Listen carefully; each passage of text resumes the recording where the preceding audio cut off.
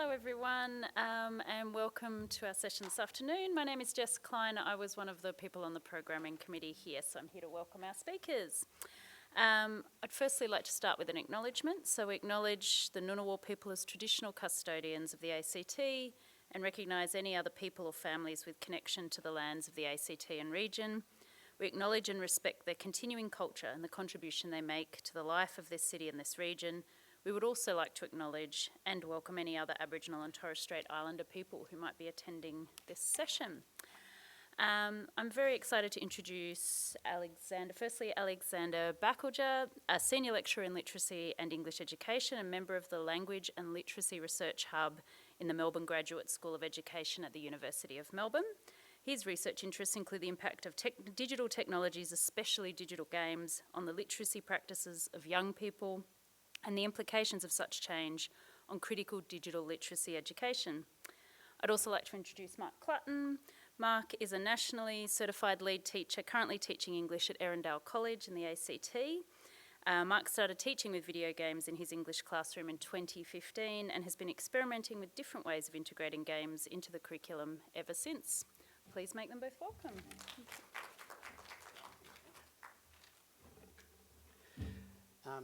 Well, that was fantastic. Thank you. Yeah, got to remember the microphone. That was fantastic. Thank you very much for that. Appreciate that. So we've got a few things to go through today, and we're really hoping that you will be able to walk away from today with a fairly concrete idea of something that you could probably do, or at least some ideas that you can use to help your brainstorming in the future. So some of the things we're going to talk about, obviously talk about who we are and our connection and why we're up here talking.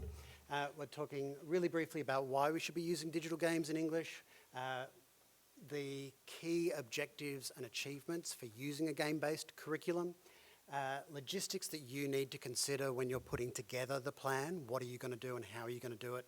What do you need to think of? We're going to run through how to find the right game and then actually using the game with the students, what the pros and cons of various different plans are there. And then we'll kind of wrap up towards the end with a bit of a this is a series of different games we've used or we can suggest usage of, and an example of a unit outline of what it might look like if you want to run some games yourself. And we're hoping to have about 10 to 15 minutes of Q&A time towards the end. So I'm going to stop rambling about that bit and move us right along. So as was nicely pointed out, my name is Mark and I've been using video games for quite a while in different forms. And the picture up on the left there is my group of Year 12 seniors from a few years ago doing some collaborative play. They're all playing a particular game on their laptops there, around the tables, working through a particular set of problem solving with the plan of going, okay, so what does this say about our own society? What does this tell us about us? The game in question there is Papers, Please. It's sort of a spot the difference game. It's not my kind of game, but the kids really got into it. And sort of what I learned from their experience taught me a lot. Alex? And I'm obviously Alex. We thought we'd use images to introduce ourselves rather than do like profiles, but I'm going to inevitably do the profile thing. I was a teacher for about 10 years in secondary schools in Melbourne, and it was during that time, in particular at boys' schools, I became interested in the digital literacy practices or the digital media texts that these young men were engaging with outside of school, outside of English, but that weren't being studied in classrooms. And so I pursued a PhD at University of Melbourne, which was to design a unit in a Year 10 English classroom that centred digital games for study. And this is one of the images. Apologies, the light doesn't do it justice, but in this case, it's we'd been looking at representation. So how characters are constructed through various means in digital games. We've been unpacking representations of masculinity. In particular, I think it was the characters from Halo and another game that I can't remember. So in this instance, we'd done some work and students were playing Halo in a 4-player multiplayer game. And since this time, I've been lucky to work with a number of schools who have reached out to design their own digital game-centred English curriculum, and usually it's one unit, you know, it's 4 to 8 weeks, and these schools are interested for various reasons in reconceptualising what constitutes a text worthy of study in subject English, and what might be the goals of such a unit. So we anticipated being in a much smaller room where we could throw this question around in a small circle, but I'm still going to throw it back at you and ask for contributions, even if you just kind of yell them out. Why might we want to advocate for digital games as a text for study in English? Yep. So for those listening at home, the comment was because young people are already playing them. Yep. Oh. Yes, sorry, up there. Yep. So the comment was that they're a very frequently accessed form of text. They contain Powerful representations, and I might add to that some problematic representations, but most certainly that even the problematic ones are powerful. Yep. There's a new mode of narrative construction through the interactivity. Like the interactive element becomes its own. Yep. So the comment was about how the interactivity element of video games can contribute or construct narrative. So, yeah, one more, last one.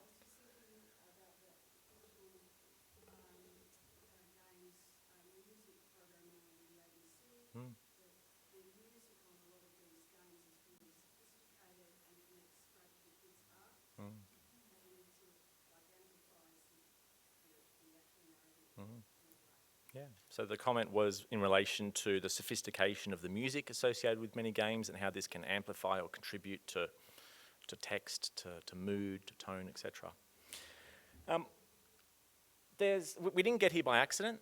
You know, we can trace a path through history, through the ideas that shape subject English to understand why digital games should have a place and some of the things we might do with digital games.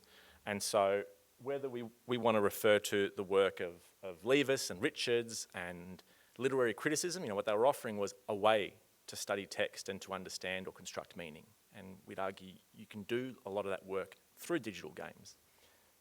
Raymond Williams and cultural studies' interest in expanding definitions of culture to include all aspects of life, not just culture as poetry, applies to what we're arguing today. Work from the critical literacy school, so in here it's Giraud and Freire and others, arguing that to democratise schooling, we've got to ask questions about which texts and which cultures are valued for study.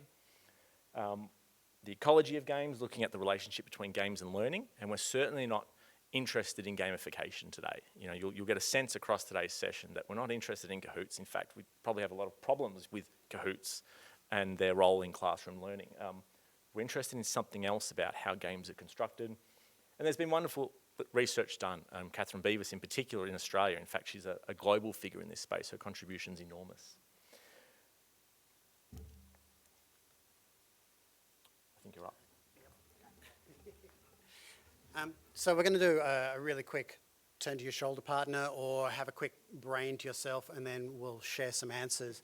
Really, really quickly, what is it that you want to achieve? You're here for a particular reason, but if you want to, say, study video games or bring video games into the classroom, what is it that you want to achieve, and why do you want to use video games? So we might give you a quick 30 seconds to have a quick think, pair, share. We'll share back in just a moment.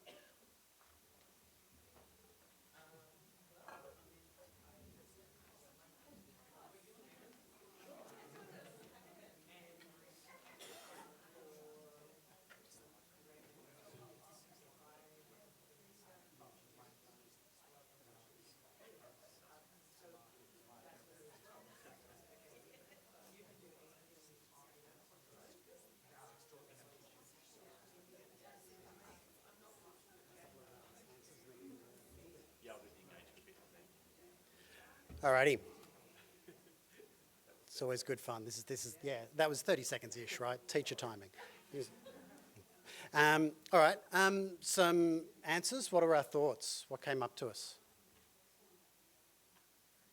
Yep. I'm interested in it's probably one of the problems is that if we take this medium that is enjoyable for students and taskify it with English kind of tasks, are we removing the enjoyment from it for kids? That's an interesting point, yeah. So the point was, if we're taking something that's a text that a lot of students are enjoying, video games, they do this for fun, and then we run it through the English filter and the study, are we sucking that fun out for them? Isn't that our job? Aren't we meant to be doing that? Yep. Well, so my vision would be to use their enjoyment of that text type to map onto other text types they could enjoy in a similar way. So Yep. I see like an action-adventure game as reminiscent of a literary novel. I think they have a lot of features in common. Yep. And so my vision would be get the one to lead into the other. Yeah, so using video games as a pattern, looking at the narrative to then apply that and see the differences and similarities to other text types that we look at. That's a really good comment, thank you. Yep.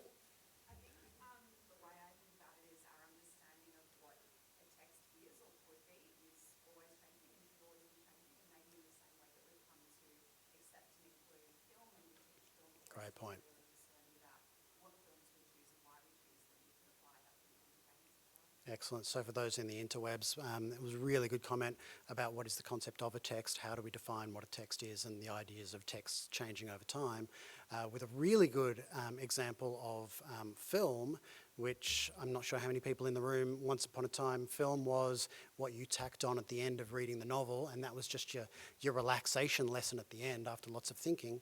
Now film is a genuine study space. That's kind of what's happening with video games at the moment.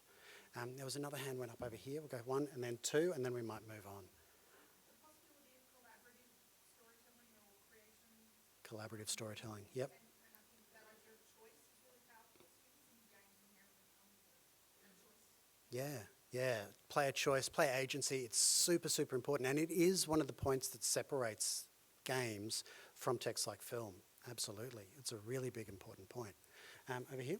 I guess in my mind they are a reality, that they're here to stay, Mm-hmm. and they have great educational value. I'm not sure that video games still have that credibility yet out there amongst all teachers. Yep. For me, it seems to still be on the fringe a little bit. So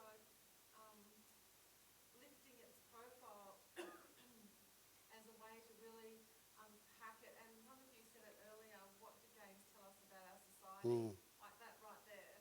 Yeah, that's our bread and butter, what they tell us about us, all our texts. So that's a really good comment about the idea of how these are things that our coming generations, they play a lot of. A lot of people play video games. They've been around for a long time already. They're not going away. Maybe we can utilise this and really leverage it and get into it.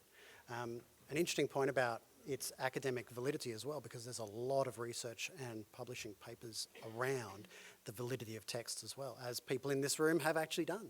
Thank you very much. So I just want to pause for a moment on what you see in the middle here, and in particular, talk about the importance of moving beyond engagement. It's so easy to fixate on the engagement.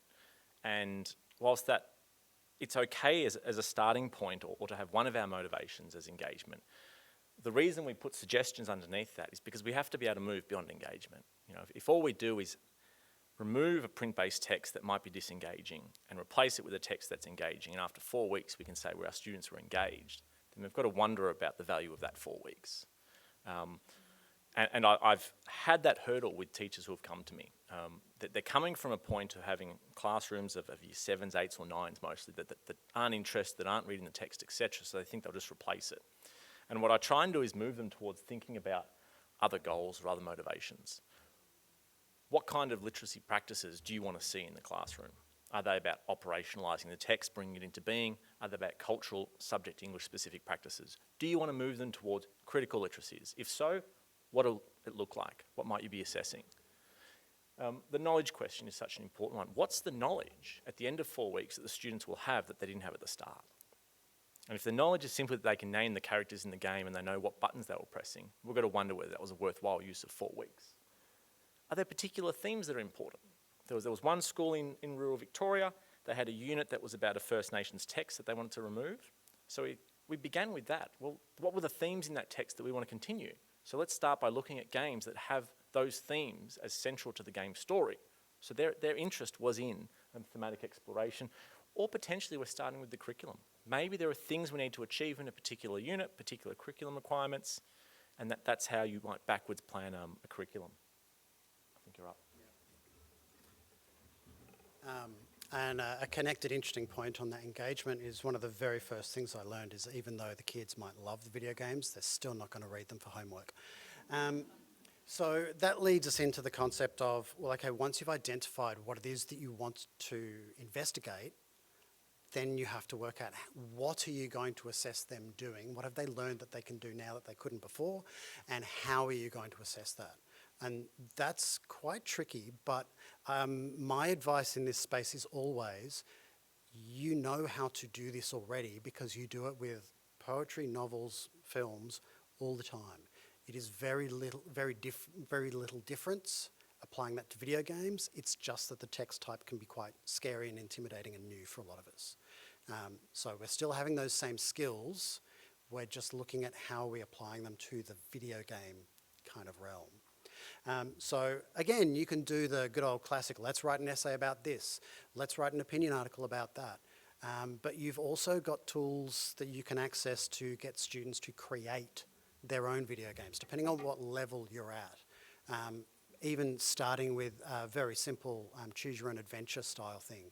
There are plenty of tools online, and I'll talk about them a little bit later, that you can utilize to get students to map out their own choose your own adventure text, which works really well. So, in terms of logistics, how do you get it into the classroom? How are you going to do it? And this is an ongoing problem. And the biggest problem is video games aren't books. We can't go to the library and borrow them out and then return them. They are inherently tied to whatever device you're using. And unless you're able to load it on entire devices and load them out, you've got a problem, as you've probably considered.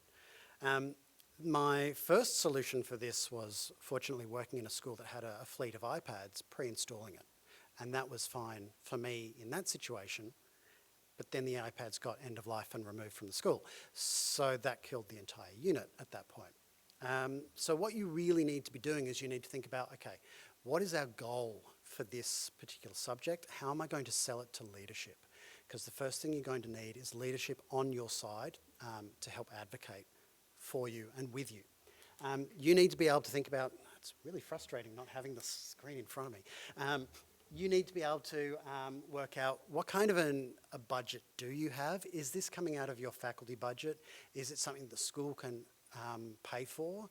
And that's going to be influenced by a couple of other factors. One of those important factors is how are the kids actually going to play and what are they going to play on?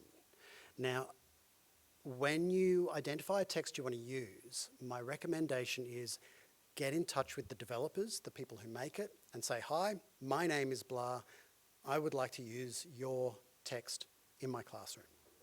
Generally, really positive response. And quite a lot of them will say, fantastic, have you got a school computer lab?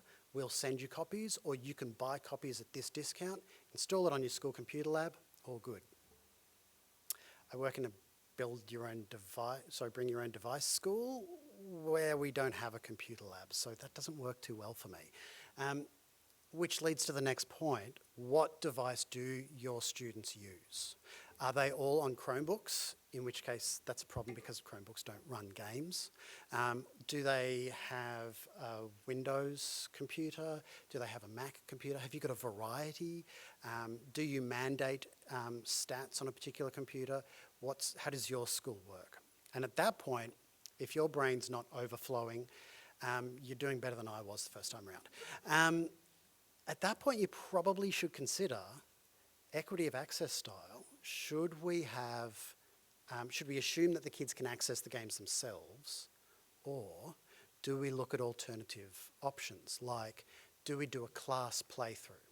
So we'll have it projected up on the screen, kids can be in the audience, we can be talking about it, and one kid here with the controller, off they go. Works for some games, not for others. Or are you going to look at buying new copies of the game every single year and passing them out to the students as free keys to unlock? Not long-term viable.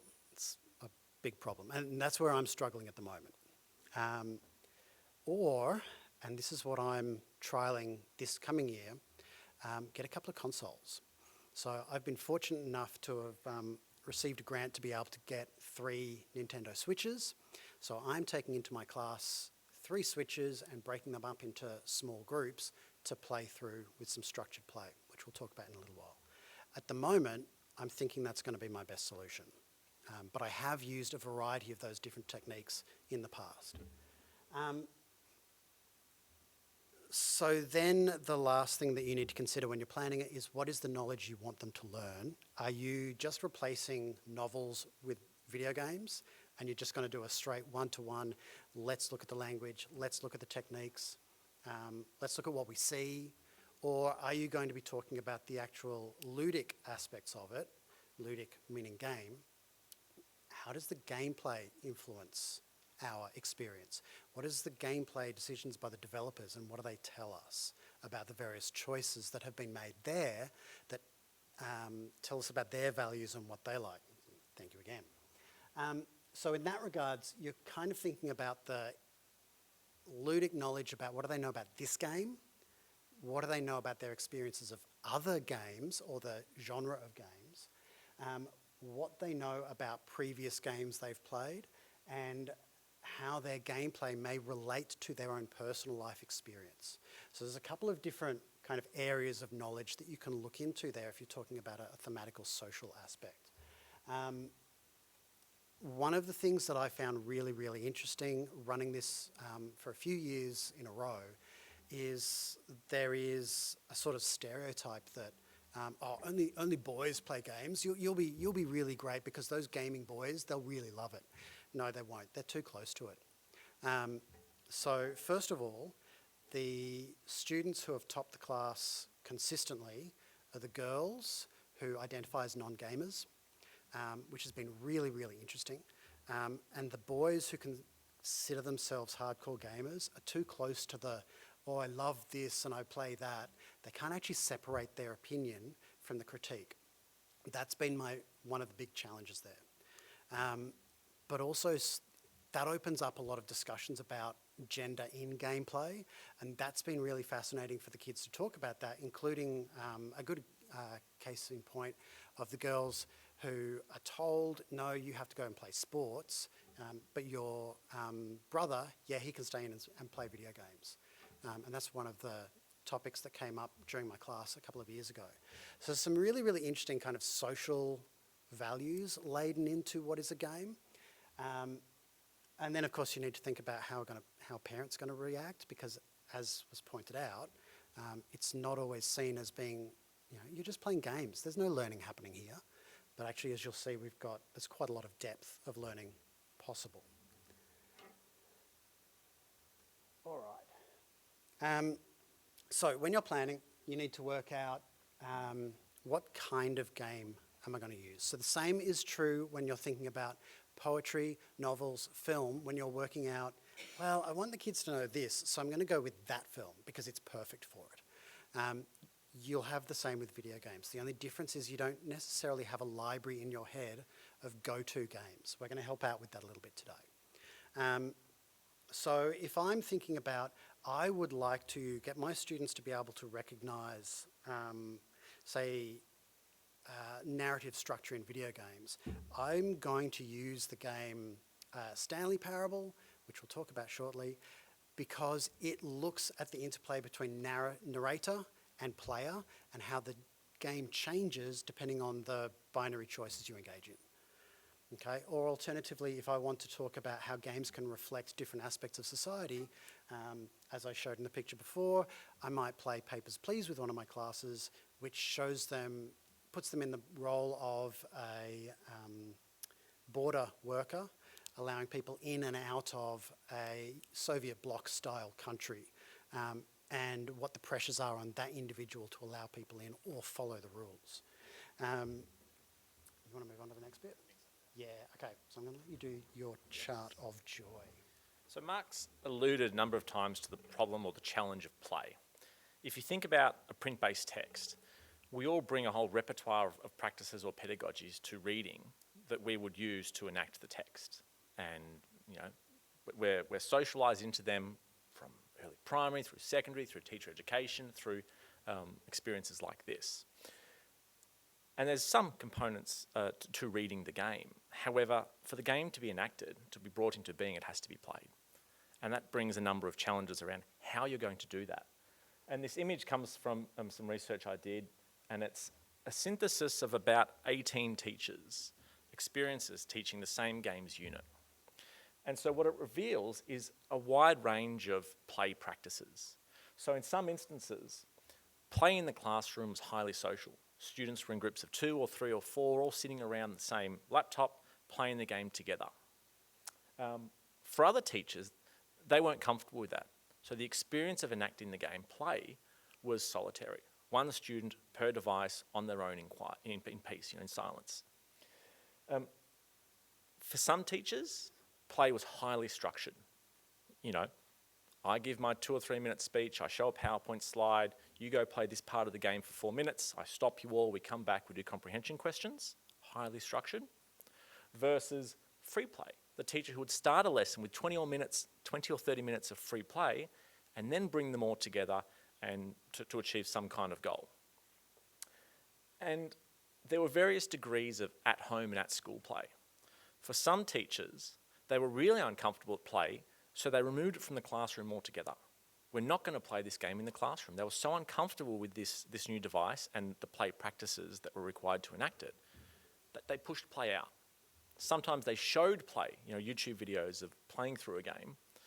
Other teachers were really comfortable with both at school play and at home play, setting homework activities that involved playing a certain level and then doing some written or comprehension questions. So what it reveals is that the dispositions we bring to this kind of teaching and learning will result in a whole range of different experiences of the game, of the story of the characters, etc. And I think the same is true of reading, right? Whether we do whole class reading or paired reading or not reading at all and just doing PowerPoint notes, summaries of the key scenes, the point is the same, that the practices we bring to enact the text will influence, in almost like an epistemological level, what kind of knowledge emerges. And Mark's going to talk us through a unit he's designed in about 1.5 or 2 minutes. Good luck to me. All right, super speed. So, as you can see, this is a full semester of just video games. There's a couple of ways you could implement it, and my initial instinct was I would like to do as many games as possible to iterate on the knowledge. So initially, I had games done in 2-week blocks, go through maybe about 6 or 7 games over the course of the semester, which was fine, but not great. So what I've designed here is more of an in-depth text study. So what you can see in that first 7-week block is me looking at the concept of purpose, context, and audience. This is for a Year 12 unit, Unit 4. So what is it that the author does that positions the readers? How do we apply that to video games? How is the developer positioning you? How do you take on board information? What do you see? And one of the key texts that I'm going to use for that is a game from Brisbane by a couple. It's called Unpacking. It's a really slow, chilled out game of quite literally you unpacking boxes into the house you move into. It's so zen. And so what I will do is about 12 levels. I'll have, let's play through a level now. And it really is, open a box, you get given a thing, you've got to place it somewhere in the house. There are some rules about what that might be. But the thing I find fascinating about this game, how's my time going, is there is no dialogue. The story, the narrative is entirely emergent.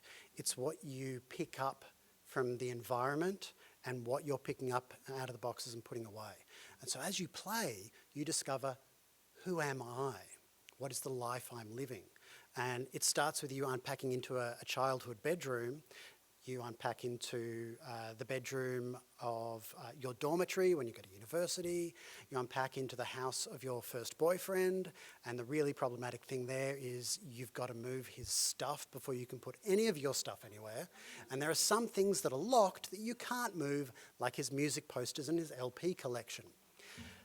obviously the next place is you moving into a completely different house. That didn't work out too well. And it's really, really interesting seeing all of these little clues. And some things will be things you'll unpack time and time again. So what are the things you keep? What are the things you throw away? Really, really interesting discussion. Really simple gameplay, really graspable, and yet some really in-depth discussions about how does the game manipulate us and give us information. The other game we're going to play and kind of contrast with when we're talking about relationships is a game called Firewatch, which is what we basically call a walking simulator. There's not much to do but move forward, and you answer some dialogue things, a bit like a choose your own adventure.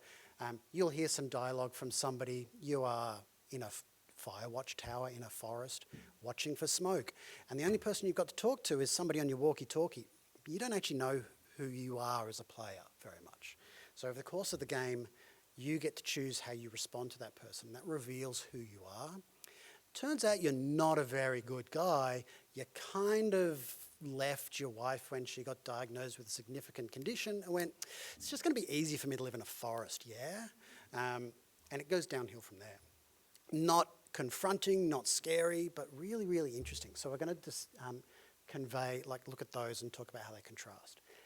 Then I'm going to hit the literary criticism things, getting the students to pick their own games from a pre-made list, talk about these, what do you see, can you apply a feminist lens or an eco-critical lens? And then wrapping up with the end of Year 12 with Death of the Author, which is wonderful. You've 12 years of reading books, we've taught you all these things, actually not a single one of them is true. They love it. And the game we do that is called The Beginner's Guide, which is a video game quite literally about reinterpreting other people's work. It's again, not hard to play. It's a walking simulator, but some really, really interesting things. If you would like some more information on that, I'll get my ugly head out of the way. I've got a website here, bit.ly/12T games, capital T, capital G. So 12T games, capital T, capital G.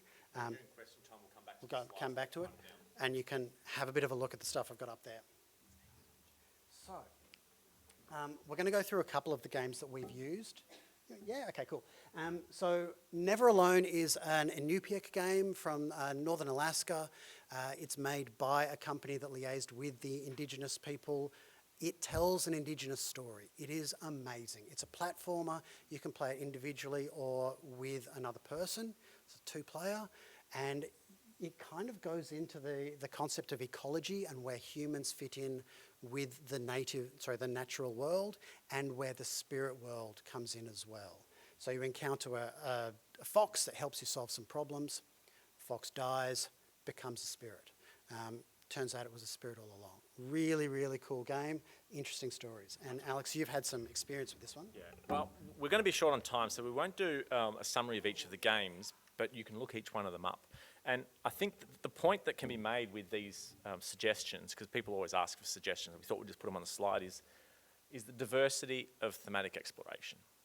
You know, there are lots of different options. You know, you don't need to get caught up on the first-person shooter or the violent game. There are lots of rich story-based games that you can choose from. We're just suggesting these might be appropriate for years 7 and 8. We're suggesting these might be appropriate for years 9 and 10, and again you can see that the range of themes and concepts that you might want to explore through one or more of these games, whether it's a single game that receives sustained study over a whole term, or whether it's a little bit more like Mark's approach where each one might have 3 or 4 weeks, or whether it's an elective that you design where each game gets 1 week and then you move to the next and you move to the next. You can see there's a whole range of themes that can be explored, and some games that we think are more appropriate for a senior class, year 11 or 12 class. We do want to give you a chance for questions. The reason we put this slide here is to give you some of the places you might go for more resources. In particular, I want to shout out to ACME. They've got a part of their page is called the Game Lessons, and they're building this really rich collection of mini units. Some of them are as short as 3 lessons, some of them are kind of 10 to 12 lessons, but you can grab them straight off their site, and they're designed by teachers for teachers. I think they're really impressive. You can use that as a starting point, and they're closely mapped. Most of them are closely mapped to English, some of them are mapped to history, commerce, etc. There are texts you can read. I'd strongly encourage the middle one, not the far one, Literacy in Action. You can read academic material from ResearchGate, and there are a couple of journals and online sites. I won't say anything more about it. I think we jump into questions, right? We want to give people a chance to ask questions. So we'll leave it there. You can see we're moving well beyond engagement. You can see we're not interested in gamification, but we're trying to open up this text type and suggest that there are lots of different ways that it might prove productive in a secondary English or a primary English classroom. I believe we've got a roving mic, so please feel free to raise your hand and we'll see how we go. Just start, or you can. I think just 1 second. Hello. Yes. I was just going to ask, have you ever used less narrative games? So I'm thinking the really base bottom level, like Candy Crush, to teach something. No. And the reason is, I don't think the types of knowledge that we're trying to build in English are very evident in a game like Candy Crush. I think if you had an information and technology class and you wanted to look at principles of coding, principles of computational thinking, you might use Candy Crush, but there isn't a strong narrative element, there isn't much characterization, there's very little linguistic language, so I wouldn't go there. We have so many good alternatives as well that are just as easily accessible.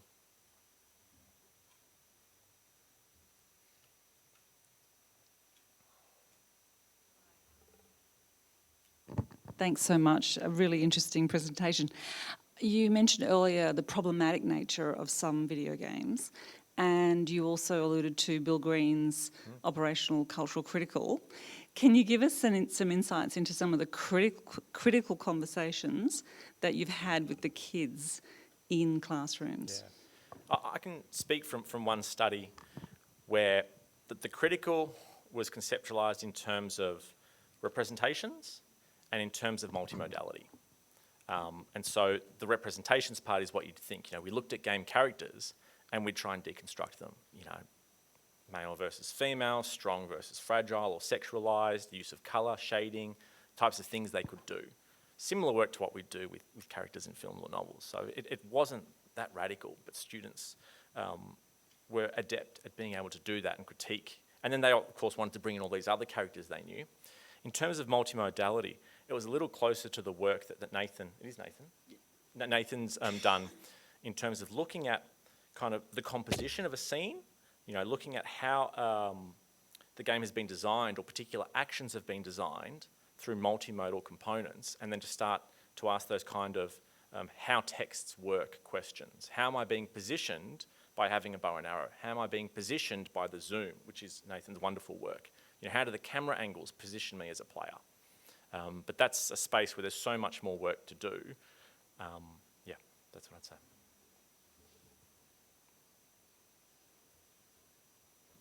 I said I was going to put the previous slide up so people can copy your link, the BT links. Can I just say congratulations, excellent work, and you really capture a lot of that pedagogical aspect as well, and your thinking around those games are really excellent, and the types of games that you're including in your classroom work is fantastic. So, yeah, thank you. And I think Mark deserves a lot of credit because it's easier to do this kind of work in the junior years, that they're more low stakes, you've got a lot more control over what you want to do, or in the elective space where I've done it, where, once you've got an elective up, you can kind of do what you want. It's one class, maybe you've got two classes. Mark's doing it in the high stakes year 12 space and has been for a number of years. So he's having to deal with that real tension between preparing students for high stakes assessments that are consistent with what the other English teachers in the school are doing. And that's really challenging. Yeah. Brave. I'll let you get. Sorry, just one more question. I know in the Queensland senior syllabus, it specifies that games can be used as long as they have a narrative. Is that similar in Victoria? Games can't be studied in the senior years. So games can't be studied in Victoria at all, in senior secondary? Not in year 11 either. You'd be very brave. Yeah, right. Whereas in ACT, our curriculum allows us to do anything within reason, as long as the school approves of it, basically.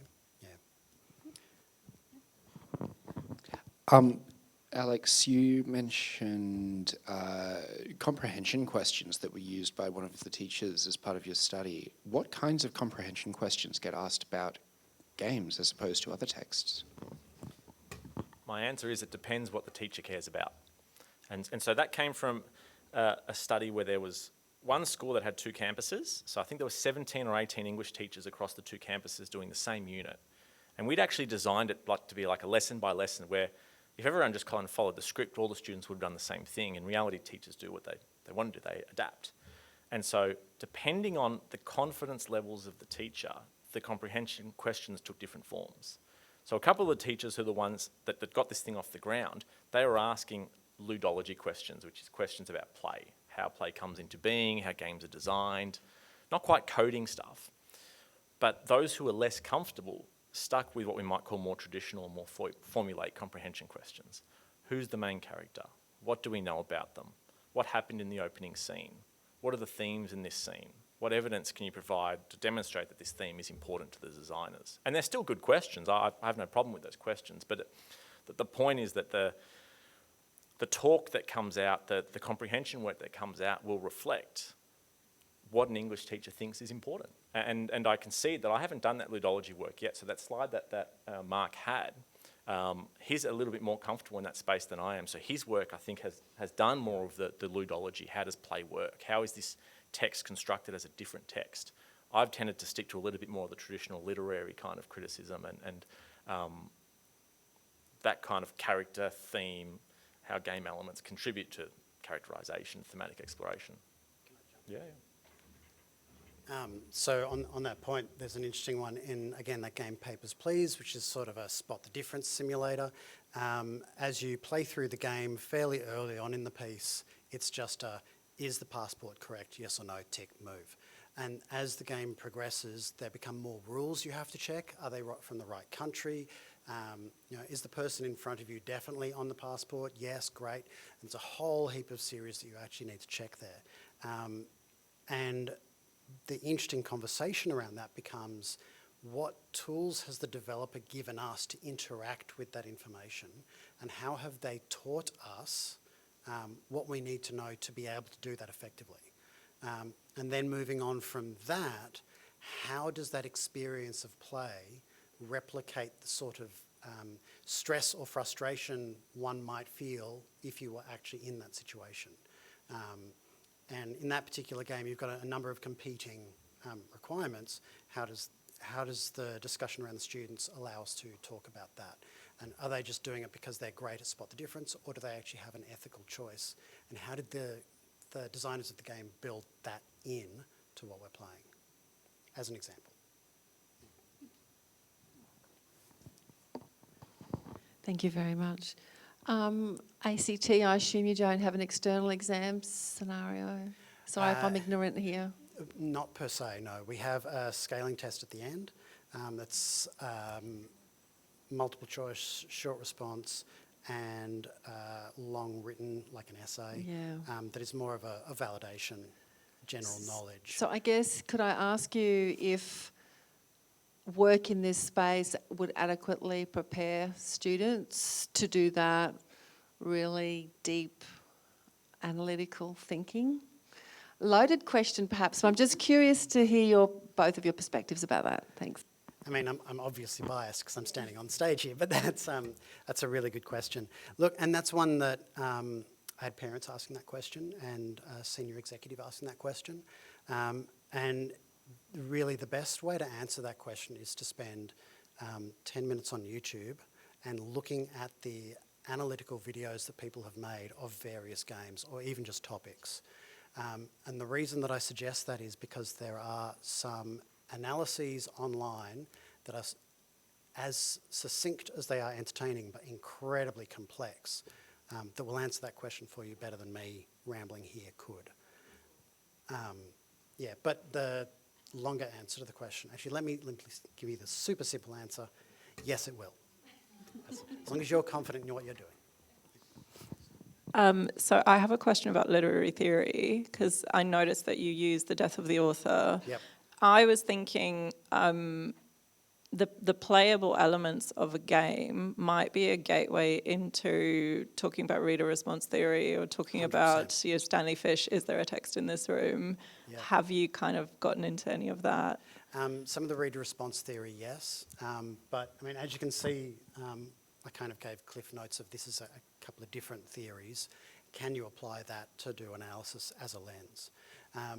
But yeah, you can absolutely use that to talk about, okay, so how has the game been designed to allow us to do that or respond that way? Does that mean the developer has assumed that we'll do that, so given us the option to? Because games are not actually free play. Anything you can do in the game must be created. We can't just do whatever we want. So the developer has to explicitly decide, I want the player to be able to X, Y, Z. And that, when you start thinking about that, you can't apply that very well to things like film. How would a film be made if we wanted people to be able to make decisions as they go? So that's a really interesting discussion there about reader response. How do you respond to this thing that's happened? What is that? How does that colour your perceptions? Yeah.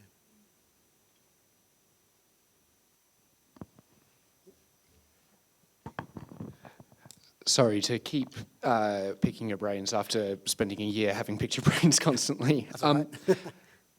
Do either of you have any thoughts around cross-teaching a interactive text with a non-interactive text, so a game with a book or a film? And do you have thoughts towards non-digital games as part of the pedagogy? Can you do a D&D campaign? Can you do a better role-playing game campaign as part of your teaching? Or how would that interact? That's a fascinating question. So I'm going to run away from it. there were two questions. The first one is about comparative textual study, right? Of course you can. You can do it with any two texts, right? You want to pick some similarities and differences between the two. It makes teaching a little bit easier. And games will lend themselves to doing that because you can put a print-based text alongside the digital game, and that immediately opens up questions about form. And I think that would be my point. What is it that you want students to be comparing? If it is form, then pick a game that has particular affordances that are distinct from the printed word. We might recognise that all texts are interactive to a degree, but that then would open up interactivity as a concept that students could explore in their text response essays. Thematic exploration is another way to do it, right? You put song lyrics alongside whatever, but the themes across the two texts are similar or have been, the messages from the designers or the authors are slightly different, so you can compare and contrast. So absolutely, and I think that's probably going to be the most successful entry point for most teachers, because you can still put them side by side. You can say, look, we're still doing Macbeth, but we're going to do Macbeth and a little bit of X. Or we're still doing this collection of poems, but we're going to do it alongside Paperbark, which you saw up before, which is a wombat that just walks through the forest. So you can do that alongside Australian poetry about the landscape. And that's going to be more palatable to those who might oppose such an approach. Your second question? The board games. Yes. Yeah, absolutely. Yeah. Non-digital games. Yeah, of course you can. Yeah. I don't see why not. Whether the stories are as rich, whether you've got characterisation in the same forms, but perhaps now I'm giving a sense of my ignorance of that genre of text, that I don't know the genre well enough to be able to speak to those games that would have the kind of elements that are similar enough to the goals of subject English as some games have those elements. And I say some because it brings us back to that prompt about Candy Crush. The goals, the elements of Candy Crush are probably too far away from the goals of subject English or what counts as important in subject English. You wanted to add? Just really quick throw in there. We know that a lot of Feist's novels and The Wheel of Time, Robert Jordan, were based on their D&D campaigns. So absolutely, you've got that emergent narrative of play the game, tell the story, like using it as a basis for generating a story. So, I mean, at the very least, we've got that as an option. Yeah. We're good for time? All right. Yeah, we're up. Excellent, fantastic. Thank you. It was a All good right, point to thank you end very much all for coming along. Really appreciate your support. Skip to the last slide. Yeah, go to the last slide. Thank you very much to Alex and Mark, and if you can all join me in a round of applause to thank them for that fabulous presentation. Thank you. No, he's already got one. I've got it here. Yes. Thanks, And guys. if you're interested in following up, please get in touch with one or either of us, because I certainly really like doing this design work with teachers, sitting down and mapping a unit, what game you might use, what you focus on. So please feel like